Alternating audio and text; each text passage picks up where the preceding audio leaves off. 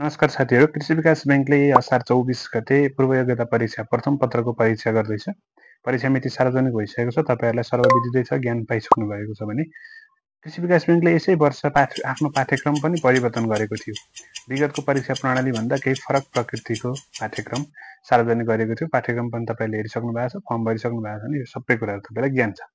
So आजको भिडियोमा चाहिँ म तपाईँहरूलाई जुन अहिलेको नयाँ पाठ्यक्रम छ त्यसको बेसमा कुन कुन खण्डबाट कसरी प्रश्न आउने भन्ने सबै विभाजन अनुसार नै मैले तपाईँहरूलाई एउटा कम्प्लिट सेट 50वटा प्रश्न 50वटा प्रश्न आउने हो तपाईँहरूलाई र 45 मिनटको समय अवधि हुन्छ, त्यसमा गर्नुपर्नेछ।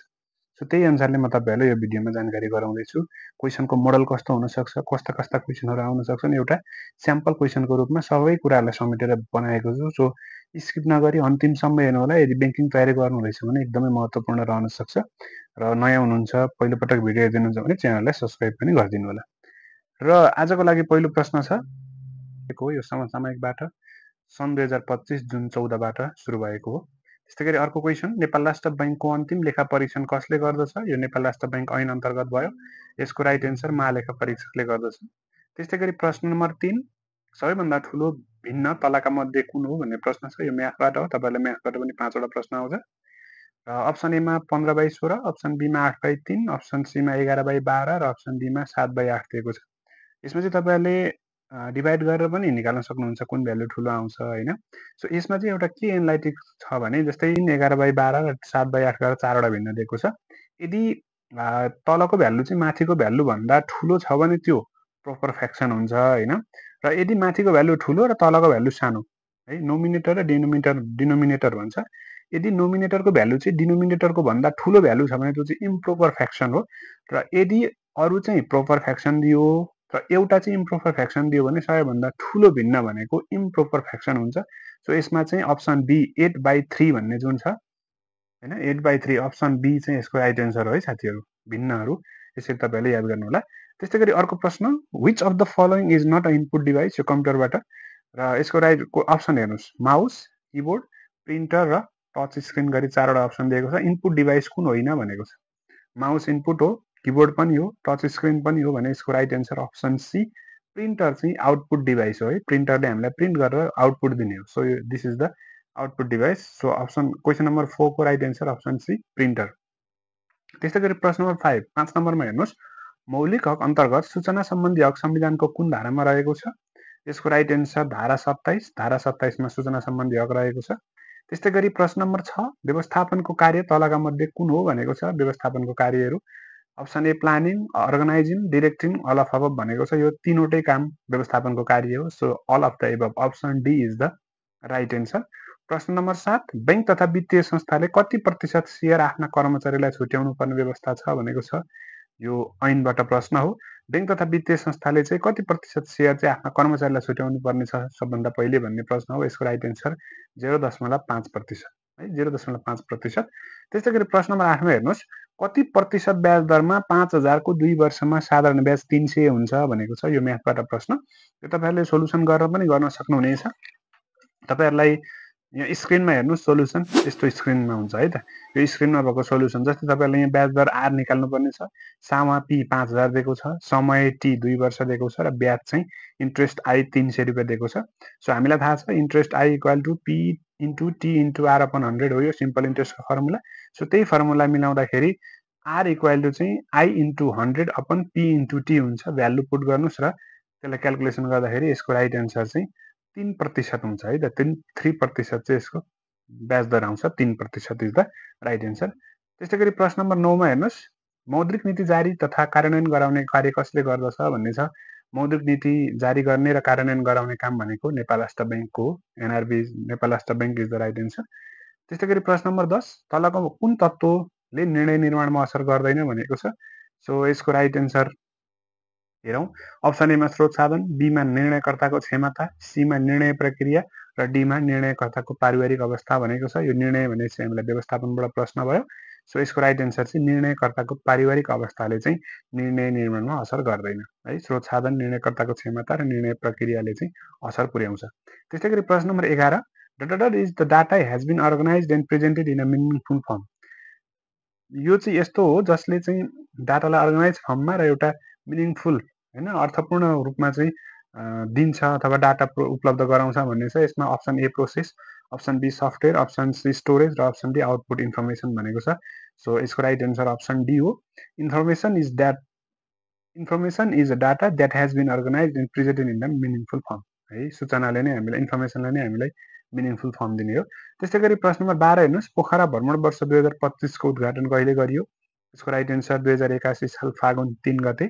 त्यस्तै गरी प्रश्न नम्बर 13, भ्रष्टाचार सूचकाङ्क 2024 अनुसार नेपाल कतिौं स्थानमा रहेको छ? राइट एन्सर 107औं स्थानमा। त्यस्तै गरी प्रश्न नम्बर 14, यदि कसैले अनाधिकृत रूपमा खाता खोलेमा वा रकम माग गरेमा कस्तो सजाय हुने व्यवस्था छ भनेको छ। यो ब्याङ्किङ कसुर तथा सजाय ऐन अन्तर्गतको प्रश्न हो। सो यसको राइट एन्सर चाहिँ बिगो अनुसारको बिगो भराई, बिगो बराबर जरिवाना र 3 महिनासम्मको कैद हुने चाहिँ यसमा सजायको व्यवस्था गरेको छ।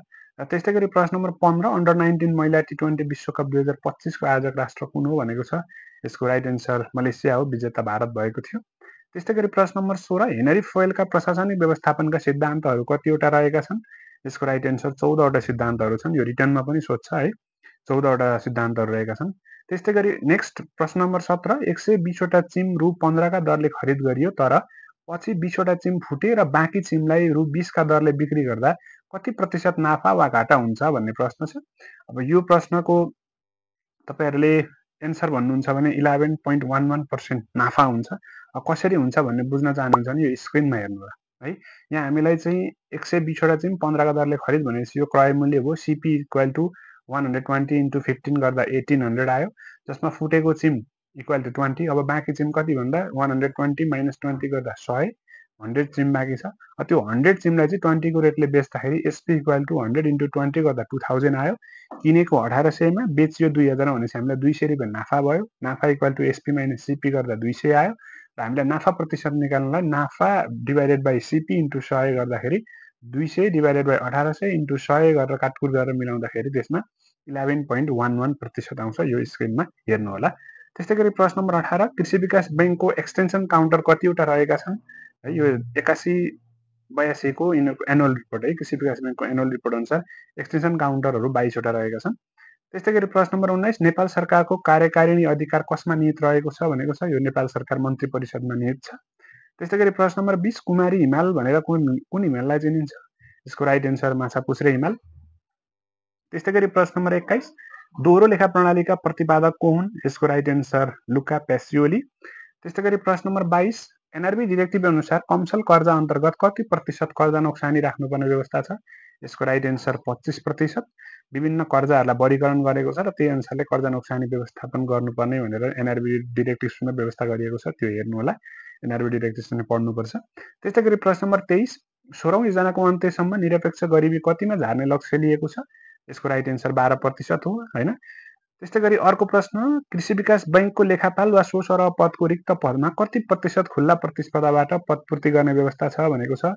यसको राइट एन्सर 100% हो है। 100% चाहिँ लेखापाल पदमा खुल्लाबाट नै पदपूर्ति गरिन्छ। त्यस्तै गरी अर्को क्वेशन, प्रश्न नम्बर 25, अब्राहम मास्लोले आवश्यकतालाई कति तहमा विभाजन गरेका छन्? अब्राहम मास्लोले चाहिँ आवश्यकतालाई 5 तहमा विभाजन गरेका छन्। यो तपाईहरुले म्यानेजमेन्ट अन्तर्गत व्यवस्थापन खण्डमा पढ्नुहुनेछ। त्यस्तै गरी प्रश्न number 26, which shortcut key is use for paste the file in the computer? कम्प्युटरमा कुनै पनि फाइललाई पेस्ट गर्नु पर्यो भने हामीले कुन सर्टकट प्रयोग गर्न सक्छौं भनेको छ। यसको राइट एन्सर साथीहरु Ctrl+V है। Ctrl+V, जस्तै Ctrl+C गरियो भने कपी हुन्छ भने त्यसलाई पेस्ट गर्नको लागि Ctrl+V हामीले चाहिँ सर्टकट की युज गर्नुपर्ने हुन्छ। त्यस्तै गरी प्रश्न नम्बर 27, भरतपुर महानगरपालिकामा रहेको एकमात्र गाउँपालिका कुन हो भनेको छ? यसको राइट एन्सर इच्छाकामना गाउँपालिका हो। त्यस्तै गरी प्रश्न नम्बर 28, हिमालदेखि चुरेसम्म फैलिएको नेपालको जिल्ला कुन हो?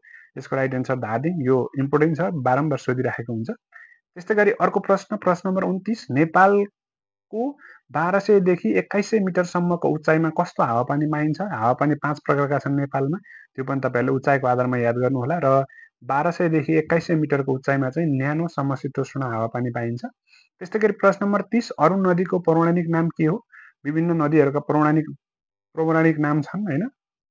सो अरुण नदीको चाहिँ महाप्रवाह हो र नेपाल विश्वकै सर्वोच्च स्थानमा मूल स्रोत अथवा हिम स्रोत भएको अथवा चाहिँ मुहान भएको नदी पनि अरुण नदी हो। यो पनि याद गर्नु होला है। विश्वकै सर्वोच्च स्थानमा मुहान भएको नदी चाहिँ अरुण नदी हो, जुन नेपालमै पर्छ। त्यस्तै गरी प्रश्न नम्बर 31 मा हेर्नुस्, म्याथबाट प्रश्न छ। पी र क्यू को हालको उमेरको अनुपात 11:7 छ। 9 वर्षपछि उनीहरूको उमेरको अनुपात 7:5 हुन्छ भने उनीहरूको हालको उमेर कति होला भन्ने प्रश्न छ। यो रेसियो एन्ड प्रोपोर्सनबाट प्रश्न छ र तपाईँहरूले यसलाई अब यसको एन्सर भन्ने हुन्छ चाहिँ पी 33 वर्ष र क्यू 21 वर्ष हुन्छ। 9 वर्ष पछाडि चाहिँ उनीहरूको उमेरको अनुपात यति हुँदा हालको उमेर कति भनेको छ। हालको उमेर चाहिँ पी को 33 वर्ष र क्यू को 21 वर्ष हुन्छ। अब यो तपाईँहरूले कसरी हुन्छ भन्ने कुरा हेर्नलाई यहाँ स्क्रिनमा मैले सोल्युसन राखेको छु, हेर्नु होला। हामीले जस्तै पी को उमेरलाई 11x, क्यू को उमेरलाई 7x मान्यौँ भने 9 वर्षपछि भनेको भएर 11x + 9 divided by 7x + 9 equal to चाहिँ कति हुन्छ अरे 7/5 अथवा 7/5 हुन्छ। त्यसलाई क्रस मल्टिपल गरौँ, दुईतिर क्रस मल्टिपल गर्दाखेरि 11 × 5 55x + 9 5 45 इक्वल टु 49x + 63 हुन्छ। एक्सलाई एकतिर ल्याउँ, 55x - 49x इक्वल टु 63 - 45। 55 मा 49 गए 6x इक्वल टु 63 - 45 भनेको 18, x इक्वल टु 18/6 भनेको 3 आयो। अब हामीले p को 11x र q को 7x मानेका छौँ। अब x को भ्यालु पुट गरौँ, p equal to 11x equal to 11 × 3 बराबर 33 इयर्स र q इक्वल टु 7x बराबर 7 × 3 गर्दा 21 वर्ष है। सो उनीहरूको हालको उमेर चाहिँ 33 वर्ष र 21 वर्ष हुन्छ। So this is the right answer. Next question, प्रश्न नम्बर 32, हट मनी भनेर कस्तो मुद्रालाई चिनिन्छ भनेको छ। यसको अप्सनहरू हेरौँ, घुस, सामान्य मुद्रा, बढी नाफा कमाउने मुद्रा र तातो मुद्रा भनेको छ।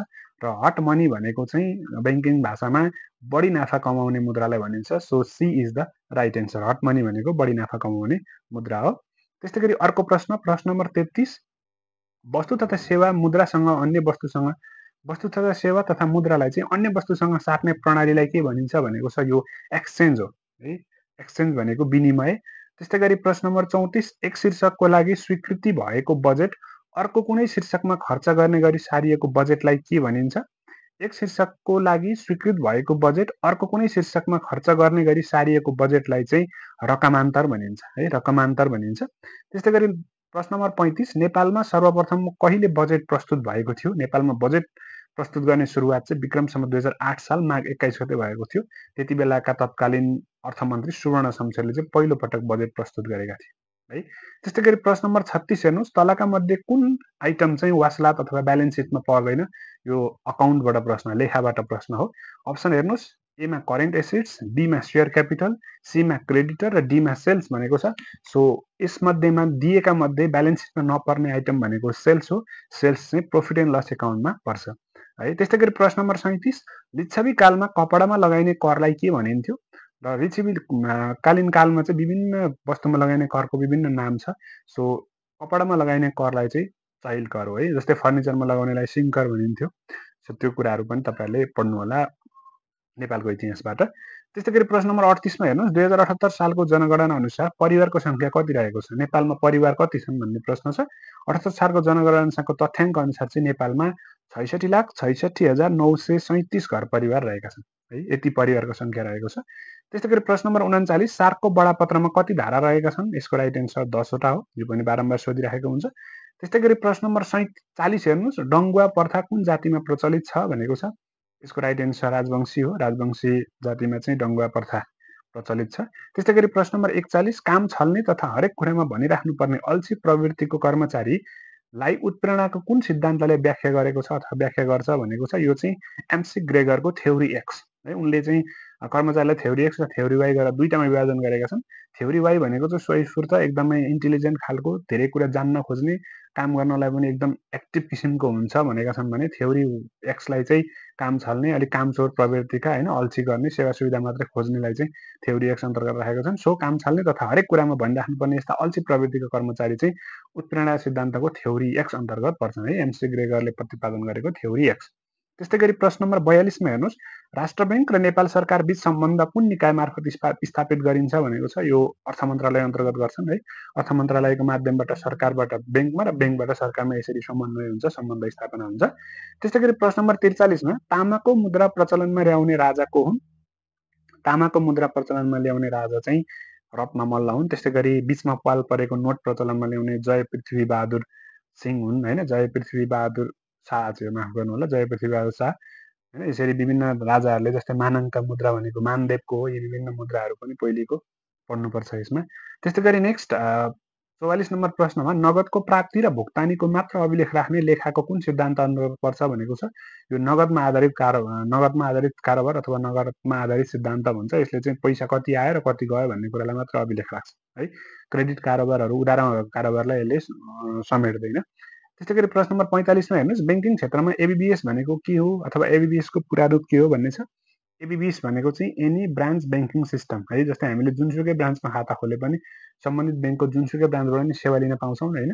सो त्यसलाई चाहिँ एबिबिएस भनिन्छ। एबिबिएसकै थ्रुबाट हामीले त्यो ब्याङ्किङ सिस्टम युज गर्न सकिने हो। त्यस्तै गरी ब्याङ्किङ सेक्टरमा अर्को केवाइसी भन्ने हुन्छ। केवाइसी भनेको चाहिँ नो योर कस्टमर हो होइन। हामीले खाता खोल्दा नि फर्म भरेका हुन्छौँ। त्यस्तै गरी अर्को सिबिएस सिस्टम भन्ने हुन्छ। यसलाई चाहिँ सिबिएस भनेको चाहिँ कोर ब्याङ्किङ सिस्टम हो। यो तपाईँहरूले रिटर्नमा पढ्दाखेरि राम्रोसँग पढ्नुहुन्छ। सो एबिबिएस भनेको चाहिँ एनी ब्रान्च ब्याङ्किङ सिस्टम हो है। त्यस्तै गरी 46 नम्बर प्रश्न हेर्नुहोस्, नेपालको 753वटै स्थानीय तहमा वाणिज्य ब्याङ्कको शाखा कहिले पुग्यो भनेको छ। यसको राइट एन्सर विक्रम सम्वत 2081 साल कार्तिक 9 गते है। वाणिज्य ब्याङ्कको शाखाहरू चाहिँ अहिले 753वटै शाखामा के अरे 753वटै स्थानीय तहमा पुगिसकेको छ। त्यस्तै गरी प्रश्न नम्बर 47, चाबुक भन्ज्याङ कुन जिल्लामा पर्दछ। यसको राइट एन्सर ताप्लेजुङ। त्यस्तै गरी प्रश्न नम्बर 48, वित्तीय जानकारी इकाइ चाहिँ कुन निकाय अन्तर्गत पर्दछ भन्ने प्रश्न हो। यो नेपाल राष्ट्र बैङ्क अन्तर्गत पर्दछ। त्यस्तै गरी प्रश्न नम्बर 49, एडिबिएल कर्मचारी सेवा नियमावली कृषि विकास बैङ्क कर्मचारी सेवा विनियमावली 2062 अनुसार पदपूर्ति समितिको संयोजक अर्थात् अध्यक्ष को रहने व्यवस्था छ भन्ने छ। यसको राइट एन्सर चाहिँ वरिष्ठतम उपमहाप्रबन्धक है। वरिष्ठतम उपमहाप्रबन्धक चाहिँ संयोजक अथवा अध्यक्षको रूपमा रहन्छन् पदपूर्ति समितिको। त्यस्तै गरी आजको लागि अन्तिम प्रश्न यो सेटको लागि प्रश्न नम्बर 50, आर्थिक सर्वेक्षण 2081-82 अनुसार मोबाइल ब्याङ्किङ प्रयोग गर्ने जनसङ्ख्या कति रहेको छ भन्ने प्रश्न छ। यसको राइट एन्सर 2,57,67,000 जनसङ्ख्याले चाहिँ मोबाइल ब्याङ्किङ प्रयोग गरिरहेका छन् हालसम्म।